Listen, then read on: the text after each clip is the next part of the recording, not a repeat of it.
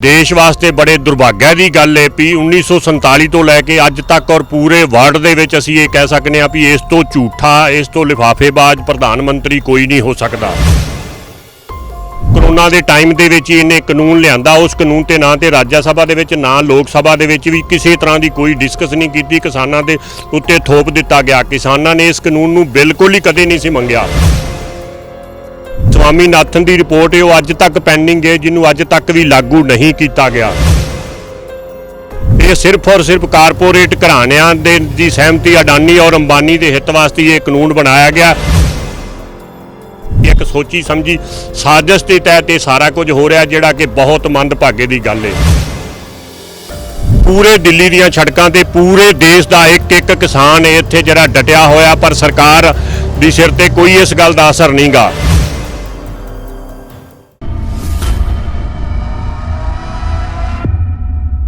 Punjabi dock TV ते दर्शकों लगातार ਤੁਹਾਨੂੰ ਅਸੀਂ किसानी संघर्ष दिखा रहे हैं। ਜਦੋਂ ਤੋਂ ਇਹ किसानी संघर्ष शुरू ਹੋਏ ਨੇ लगातार ਉਦੋਂ ਤੋਂ ਤੁਹਾਡੇ ਨਾਲ ਜਾਣਕਾਰੀ ਸਾਂਝੀ ਕਰਦੇ ਆ ਰਹੇ ਹਾਂ।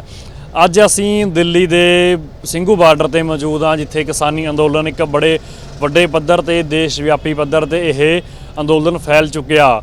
ਕਿਸਾਨੀ ਤੋਂ ਸ਼ੁਰੂ ਹੋਇਆ ਇਹ ਸੰਘਰਸ਼ ਅੱਜ हर वर्ग हर तबका इस किसानी अंदोलन नूं सपोर्ट कर रहा। अज असी दिल्ली पुजे हुए हैं, साडे नाल सिरसा बार एसोसीएशन के वकील ने, तमाम वकील जिन्हां ने समर्थन दिता किसानी अंदोलन नूं। गलबात करांगे जी। पहला तुसीं सानूं अपने बारे दसो, अपनी तुसीं बार कौंसल बारे ते अपने बारे किन्ने तुसीं वकील आए हो, किवें तुहाडा इह प्लान है?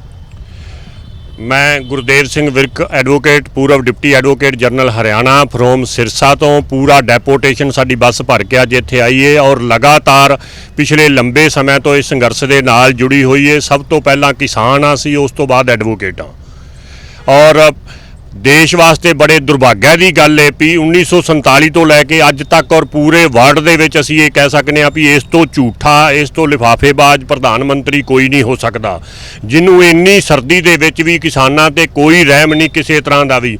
करोना का टाइम सी, देखो करोना के टाइम दे विच इन्हें कानून लियांदा, उस कानून ते ना ते राज्य सभा दे विच ना लोक सभा दे विच भी किसी तरह की कोई डिस्कस नहीं की। किसानां दे उत्ते थोप दिता गया। किसानां ने इस कानून नूं बिल्कुल ही कदे नहीं सी मंगिया। जिहड़ी कि स्वामीनाथन की रिपोर्ट है वो अज तक पेंडिंग है, जिन्होंने अज तक भी लागू नहीं किया गया। ये सिर्फ और सिर्फ कारपोरेट घराणियां दी सहमति, अडानी और अंबानी के हित वास्ते ये कानून बनाया गया। ये तीनों कानून जिहड़े बनाए गए ने इसे करके बनाए गए ने ताकि सारे किसानां नूं ते मुजारा बना दिता जाए और जिन्नी लेबर है उस तो ज़्यादा होर सस्ती हो जाए। मैं कहना ये किसानों का अंदोलन ही नहीं, बल्कि 137 करोड़ का देश है जिहड़े कि सारे 2 टाइम अन्न अनाज खा के सौंदे ने। सारिਆਂ वास्ते ये बहुत ज़्यादा जरूरी है।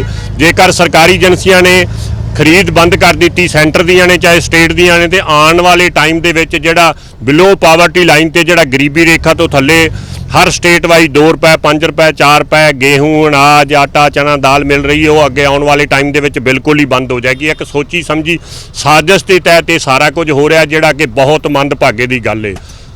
आखिर लोड़ की पै गई बीजेपी सरकार नूं? देखो लोग करोना की महामारी जो फैली पूरे संसार दे विच, पूरी दुनिया दे विच, उहदे नाल जूझ रहे सी। दूजे पासे हजे लॉकडाउन नहीं खुलिया सी, एकदम ये हजे कानून लैके आने जिन्हां ने पूरा एक सिस्टम हिला के रखता। आखिर की लोड़ पै गई सरकार नूं? ये बैकडोर तो एक सोची समझी साजिश दे विच कानून लियांदा गया, करोना के तहत लियांदा गया ताकि किसानां नूं इस गल का पता भी ना लगे तो इस नूं लागू कर दईए। मैं पहला भी कहा भी ये लोक सभा ते राज्य सभा दे विच बिल्कुल इस गल की कोई डिस्कस नहीं हुई इस कानून नूं लियाउण तो पहला। और अज 22-23 दिन तो दिल्ली दी पूरे दिल्ली दी सड़कों ते पूरे देश का एक एक किसान इत्थे जिहड़ा डटिया होया, पर सरकार दी सिर ते कोई इस गल का असर नहीं गा। इस तो ज़्यादा माड़ी गल नहीं हो सकती भी अज देश का अन्नदाता जिहड़ा सड़कों ते बैठा है, क्योंकि उन्होंने गेहूं की बिजाई की है, जिन्होंने पानी लाना है, खाद लानी, अज फसल नूं संभालण का टाइम है, तो पूरे का पूरा जिहड़ा देश का अन्नदाता दिल्ली दी सड़कों ते सारे बार्डरां नूं रोकी बैठा है। इस तो वड्डी मंदभागी गल नहीं हो सकती और सरकार वास्ते इस तो शर्मसार कोई गल नहीं हो सकती। देश के किसी कोने दे विच जाके नकली लोगों नूं नाल लैके अपने आप नूं शो करते हैं, जदों कि दिल्ली के 4 चफेरे के सारे बार्डरां ते देश का किसान है उन्हां नाल कोई गलबात नहीं कर रहे। ਤੇ ਅੱਗੇ ਤੁਸੀਂ ਇਸ ਮਸਲੇ ਨੂੰ ਕਿਵੇਂ ਦੇਖਦੇ ਹੋ? ਜਦੋਂ ਕਿਸਾਨ ਜਥੇਬੰਦੀਆਂ ਦੀ ਆਖਰੀ ਮੀਟਿੰਗ ਹੋਈ ਸੀ, ਵਿਚਾਰ ਚਰਚਾ ਤੋਂ ਬਾਅਦ ਕਿਸਾਨਾਂ ਨੇ ਹੱਥਾਂ ਵਿੱਚ ਫੱਟੀਆਂ ਲੈ ਕੇ ਬੈਠ ਗਏ ਸੀ, ਯੈਸ ਔਰ ਨੋ, ਜਾਂ ਤੁਸੀਂ ਹਾਂ ਕਰ ਦਿਓ ਜਾਂ ਨਾ ਕਰ ਦਿਓ।